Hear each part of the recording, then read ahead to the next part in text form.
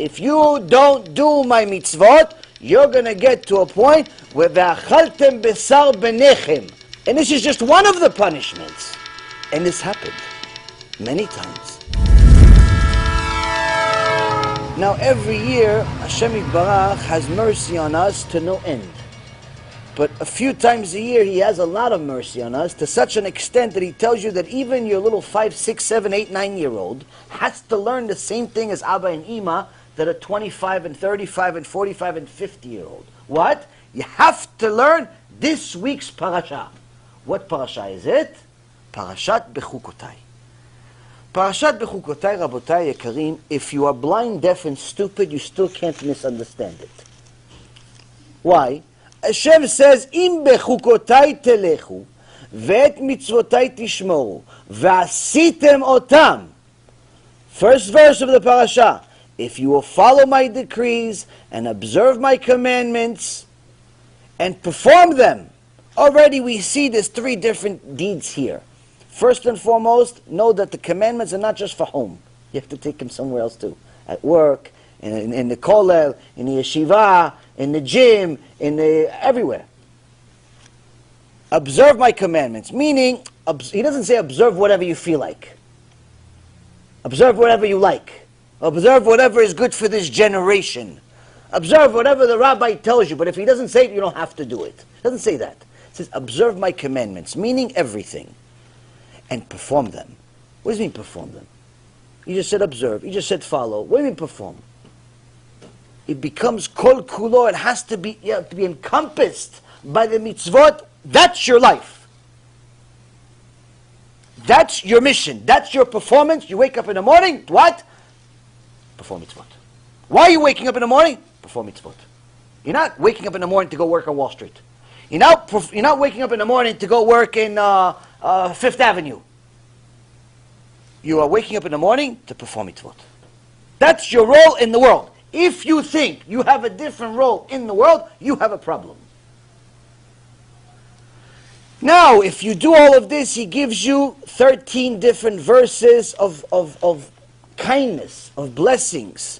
On the other hand, if you don't, he gives you 49 different verses of curses and punishments that you don't even want to hear, let alone read. But you have to at least once a year. To such an extent that anyone that understands the simplicity of what it says, I'm not talking about the secret, the midrashim, what the Zohar says, what the Kabbalah, no. I'm talking about basic literal translation. What does he say? If you don't do my mitzvot, you're going to get to a point where ve'achaltem besar benechem. You're going to get to such level of starvation, you're going to have to eat your kids. Any mother or father that has ever had a child in their hands automatically has almost a half a heart attack just thinking about such a thing. Now Hashem said you have to read this every year. And it's not the only time in the Torah that it says it. It says it several times. And it's not only once in this parasha, it's several times in this parasha. And this is just one of the punishments. And this happened many times. It happened in the Beit HaMikdash HaRishon, Sheni, the first one, the second one, the Spanish Inquisition, the Holocaust, just 7 years ago. Yeah, the stuff no one likes to talk about. It happened. And it's going to continue to happen if we don't wake up. Gehenom is not just some mystical place somewhere else that some people want to talk to you about to scare you.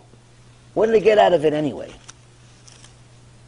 It's a real thing. It could be in this world, it could be there, or it could be both. Depends on you. So when a speaker takes the podium and he decides to change the Torah and tell you have nothing to worry about, that's the best part. Every normal human being will say, if I have nothing to worry about, I'm not going to say, Baruch Shelo Asani Goy. I'm not going to say, bless Hashem that He didn't make me a Goy. I'm going to say, hopefully I'm going to become a Goy now because I don't have to worry about anything anyway.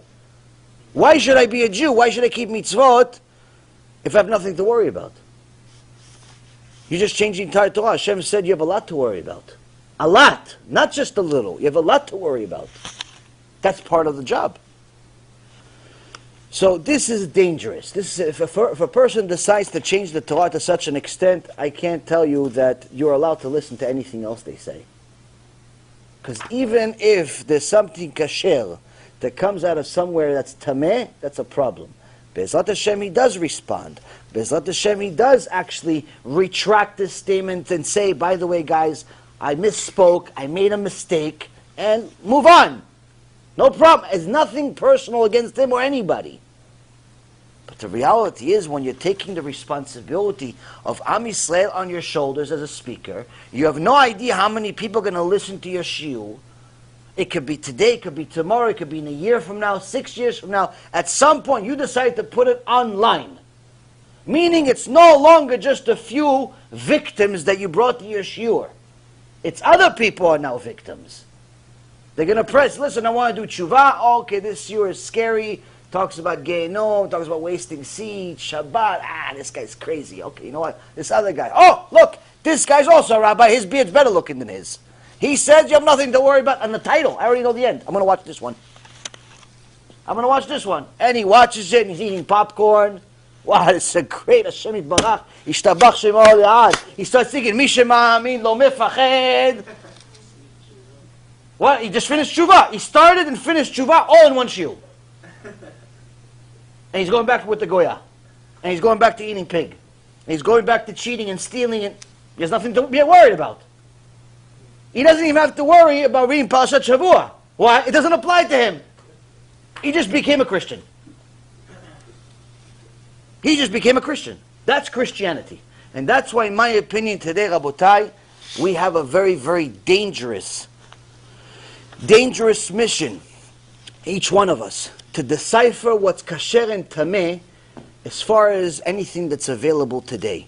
If it's not a book from previous generations, from people that are known to be serious chachamim, serious tzaddikim, we're talking about the Gemara, the Mishnayot, the Sifrei Tzaddikim, the Gdolei Ador, if it's anybody of this generation, including myself, don't think I'm excluded, I'm in it also.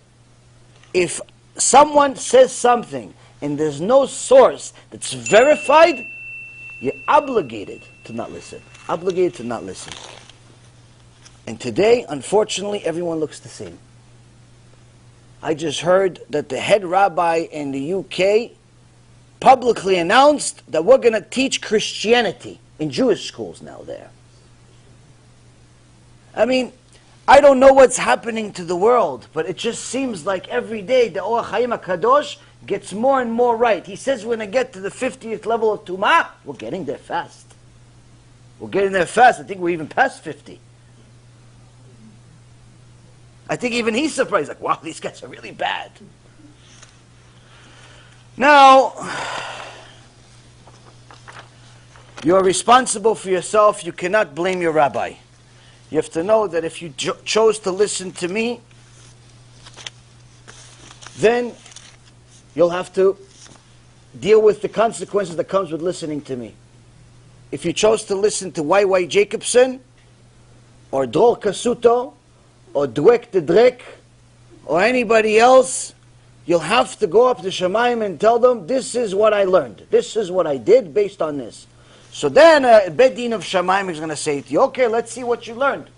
Okay, this, what is his name? Yaron? Okay, this Yaron guy, what did he say? Don't drive on Shabbat. Okay, you know what, this says in Torah, don't drive on Shabbat. Okay, Chazak, good, fast. Okay, why guy Jacobs? What did he say? No Gehinom. Oh, he said no Gehinom, it's right here. Let me show you. Come, let me show you. It's right here, it's right. Come, I'll show you. So show you. Okay, so you have a problem with the second one. Okay, Dror, what did he say? Oh, smoke marijuana on Shabbat with your wife on the beach. Okay, there you go, let me show you Gehinom also again. Come back to Gehinom again. Shoot. You're going to have to pay for it. Can't say he taught me this and I did this. And there's no excuses, Rabotai. Ignorance is not an excuse you can use in Shammai. In aufrichtiger Kameradschaft begrüßt die Bewegung besonders die Vertreter der jetzt unter dem Befehl des Führers stehenden Wehrmacht.